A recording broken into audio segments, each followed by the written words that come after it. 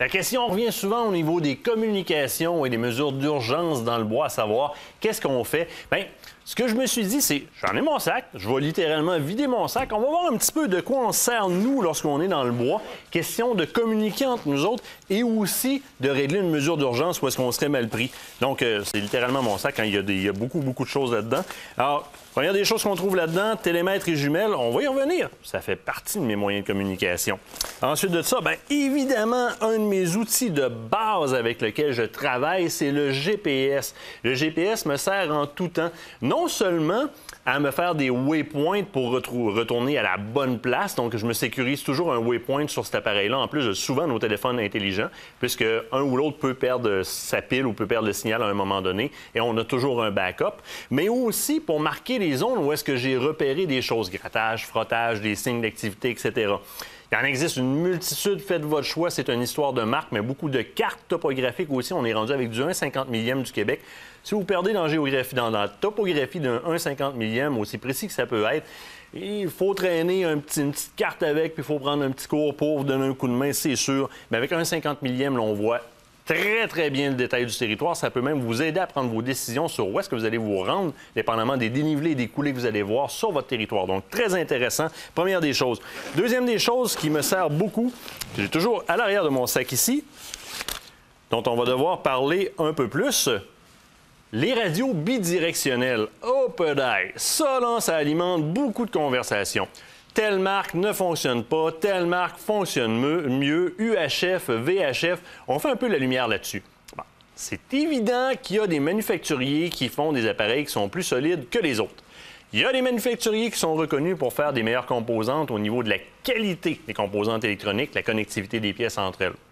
C'est pas de ça qu'on va parler ce soir parce que ça, c'est un choix de prix. Moi, ce soir, je vais vous parler de VHF versus UHF. La grande discussion. VHF, ce que souvent les gens appellent des batteries, pas des batteries, excusez-moi, mais des radios marines. VHF, Very High Frequency, et UHF, Ultra High Frequency. C'est un rapport de longueur d'onde. OK, qu'est-ce que ça fait comme différence, ça? Bien voilà, très simple. Le UHF va être très performant, par exemple, sur un plan de travail de construction, dans un environnement urbain. C'est une onde qui est plus courte, mais qui va avoir une grande facilité à passer au travers le ciment, le bois, le métal. Alors souvent, c'est ce qu'on va voir sur les travailleurs de la construction, hein, du UHF, ou encore quand on a à opérer dans les 300-400 pieds tout près.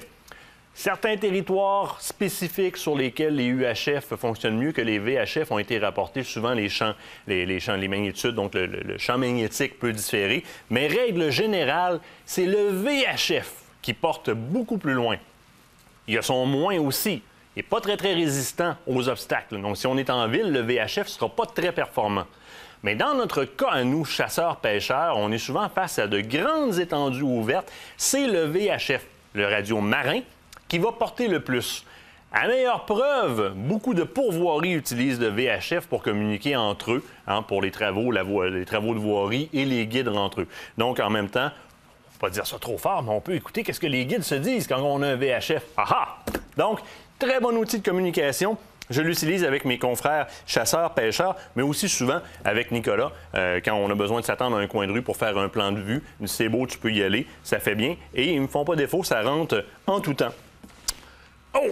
Petit objet très intéressant aussi. Première année que j'utilise cet objet-là. Donc, un backtrack très solide comme item. Résistant au choc aussi, là où est-ce que certains de mes items ont brisé. Lui a mangé à claque pas mal, il est encore bien douette. Ce que c'est et ce que ça fait. C'est, à toute fin pratique, un système qui se fie aussi sur le signal GPS, mais qui est très simplifié. À l'allumage, j'ai un choix entre maison, voiture, serre, pas serre, mais gibier, ou encore un indice de forêt, donc un endroit que je voudrais pointer. C'est des waypoints que je me crée. Je me crée un waypoint avant de partir d'ici et de là, et l'appareil, ce qu'il va faire lorsque je lui demande de retourner vers un waypoint, c'est qu'il va m'indiquer une flèche, tout simplement. Donc, va-t'en par là. Très efficace. Ça peut être un plan de backup sur un GPS standard, mais moi, je dirais qu'à la grosseur que ça a, ça se glisse tellement bien dans une poche que c'est souvent le premier appareil que j'utilise parce qu'il est facile à manipuler et il est très léger. On peut le prendre après le coup aussi. Il se ferme automatiquement au bout de quelques minutes. pas de problème, il va maintenir la trace quand même. Donc, très intéressant. Il y a aussi un tracking dessus qui est le fun. Donc, il va suivre les pas. Et à la maison, si j'installe le logiciel, je vais pouvoir sortir des cartes qui sont très élaborées, qui vont montrer tout le chemin que j'ai fait. Ça devient intéressant parce que je peux garder un registre de mes chasses passées et voir un peu ce qui s'est passé, où est-ce que je suis allé et réorienter ma chasse l'année prochaine sur le même territoire. Restant dans le satellite, une chose qui m'a beaucoup surpris, ça me faisait peur honnêtement parce que les derniers que j'avais essayés étaient un peu... Il y avait de l'écho, c'était long à entendre l'autre personne, dur à prendre le signal. Les fameux téléphones satellites. Alors, je me suis rendu chez Cell Univers, ils m'ont prêté ce petit appareil-là, qui est un appareil de Global Star, avec une ligne dessus. On m'a dit, écoute, c'est presque comme un cellulaire. Bah, presque comme un cellulaire. Dans le passé, moi, c'est tu parles puis t'attends, 2 minutes après, ça se rend à l'autre bout. Ben non, ça a changé énormément. Première des choses, la connectivité est rendue très, très, très rapide. Ayez pas peur. On est rendu avec des plans illimités. C'est pas comme avant, là, des centaines de dollars quasiment à la minute. Là. Ça faisait peur. Là, il y a des plans illimités très abordables. Les numéros de téléphone qui sont fournis, par exemple, chez Cell Univers, sont les numéros de téléphone de l'Ontario. Donc, on n'est pas toujours en gros interurbain non plus. Et de toute façon, avec le plan illimité, c'est pas grave. La couverture est plus franche, plus rapide. La petite maison rouge apparaît très rapidement. On compose, un petit délai avant que ça sonne, mais tout de suite après, lorsqu'on est en conversation, bien effectivement, c'est presque comme un téléphone cellulaire. 2 autres produits que je n'ai pas avec moi, mais dont je vous parle, qui sont tenus entre autres par Cell Univers. Première des choses, le Spot. Vous l'avez vu passer sur les réseaux sociaux beaucoup. Le Spot, c'est ce petit appareil-là qui fonctionne par GPS qui vous permet, par exemple, d'envoyer un appel de détresse en maintenant un bouton SOS ou encore en avisant avec un autre bouton, les traces d'aide, les 2 traces de main, d'aviser des gens que vous aurez présélectionnés. Présélectionnés parce que cet appareil-là se configure via un ordinateur. Alors, je peux présélectionner d'autres personnes qui ont un système Spot ou je peux présélectionner des messages préenregistrés qui vont s'envoyer à mes contacts disant « Je suis dans le trouble ». 3 autres boutons aussi qu'on peut préprogrammer avec des messages qu'on écrit soi-même, soit envoyer un petit signal, dire « Je suis rendu à telle place ». Donc, les personnes vont recevoir une coordonnée GPS sur une carte, donc traquable sur une carte comme MapQuest, par exemple, ou Google Maps. Voir « Je suis rendu là ». Et un petit bouton gardé pour, souvent, le conjoint ou la conjointe, sur lequel on met un petit message un petit peu plus particulier. « Bonne nuit, ma belle, je me porte bien, je suis à telle place ». On appuie dessus, ça envoie le message. Il y a énormément de systèmes comme ça qui existent. Un autre qui m'a fait sourire que Stéphane Monette utilise, qui est le InReach. Le InReach, aussi un appareil qui fonctionne sous la technologie satellite. C'est un produit qui vous permet d'envoyer des messages textes, peu importe où vous êtes sur un plan. Vous payez un montant, c'est activé pendant 30 jours, ça arrête après. Donc, c'est pas exorbitant. Mais c'est aussi un appareil qui a les fonctionnalités d'un GPS ou d'un backtrack standard. On peut l'utiliser presque comme un Spot aussi. Mais imaginez, SMS partout, bidirectionnel. Ça vient de régler beaucoup de problèmes et c'est très performant.